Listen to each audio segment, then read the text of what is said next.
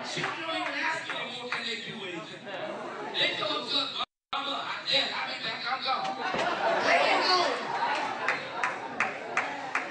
I remember the days when my mom, thank God my mother's still with us, but I remember the days when my father said, we could walk around and tell her, I'm going to go, I'll be back. You have to have some level of respect to ask, can you go somewhere? And then here's the thing. And then if mom and daddy said no, walk around there with a pout on your face.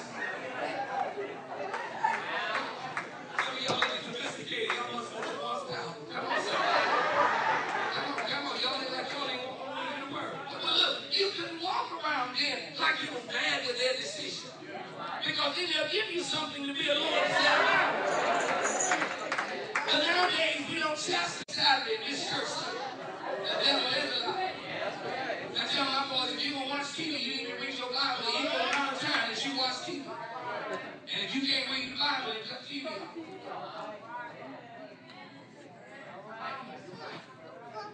Oh, you being strict. I'd rather be strict than being in a funeral home somewhere. See, when I leave here, then God can't hold me for not doing my job. And then let me help you to understand, children aren't going to like it. And I'm like, cut that TV out. What's wrong with you? I don't want to watch TV. And you know what? Sometimes you just have to tell children no to something. Sometimes there ain't no reason why you tell them no. You can't tell a child yes to everything they want. You have to teach them sometimes no. Because see, if you let a child do everything they want to do, they'll mess around and grow up and try to have it their way. And then they'll go out in the world, and when they can't get what they want, when they want it, how they want it, they'll make it happen. I'm coming to tell you, church, we need a restored family. We need an extreme makeover.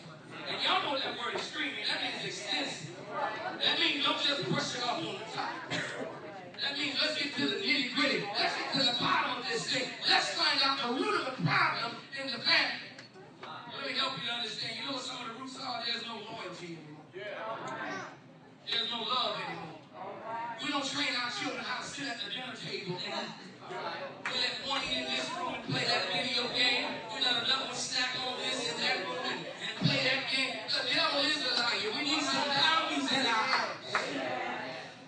We need values. That's when I was coming up, we didn't eat in the room.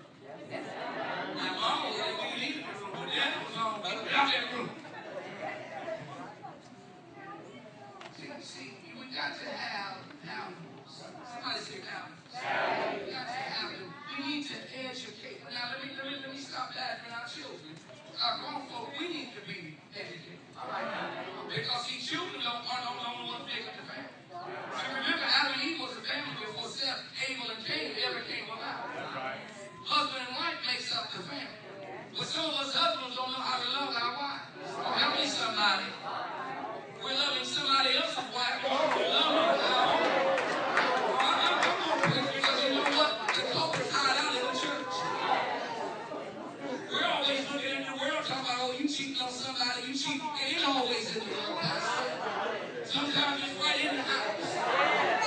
Matter of fact, let me help somebody. David said in Psalm 55 around verse 11, he said if it was an enemy, then I could have dealt with it. He said if it was a foe, I would have been all right. He said, but it wasn't an enemy and it wasn't a foe. He said it was a man of my own equal. He said we go to the house of God together. See, that's where the problems are. And we'll miss them in here if we keep looking. We need to be educated, men, how to love our families. We need to be educated on how to love our children. Men don't spend time with their children like they used to. They want to get off work and go out and hang with the boys. But see, I come to tell you, when I do marriage counseling, I tell them this: when you get married, the fellas is over. All the fellas you ain't hung out with before the day you say I do, that's relevant. Because you have a responsibility at home.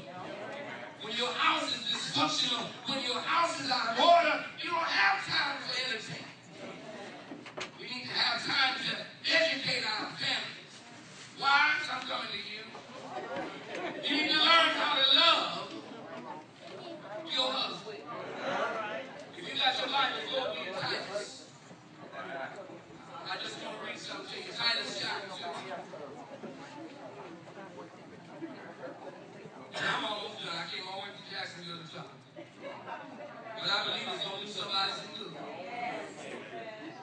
chapter 2.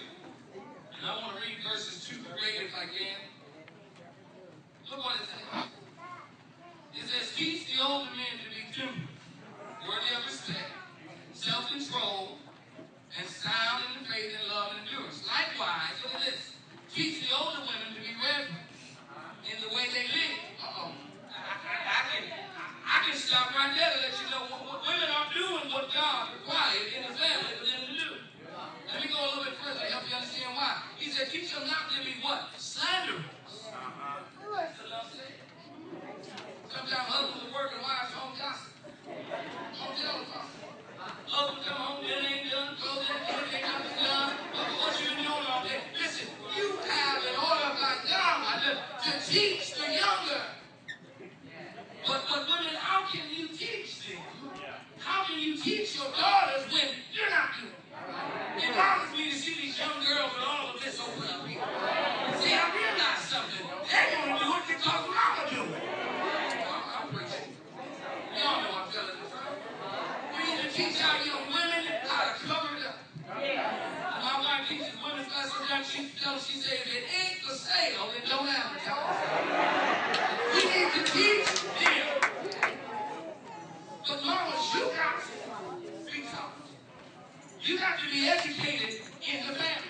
And see, all of these things will help the family to pull together and be restored. And be made over. But he goes on to say, don't be addicted to much wine,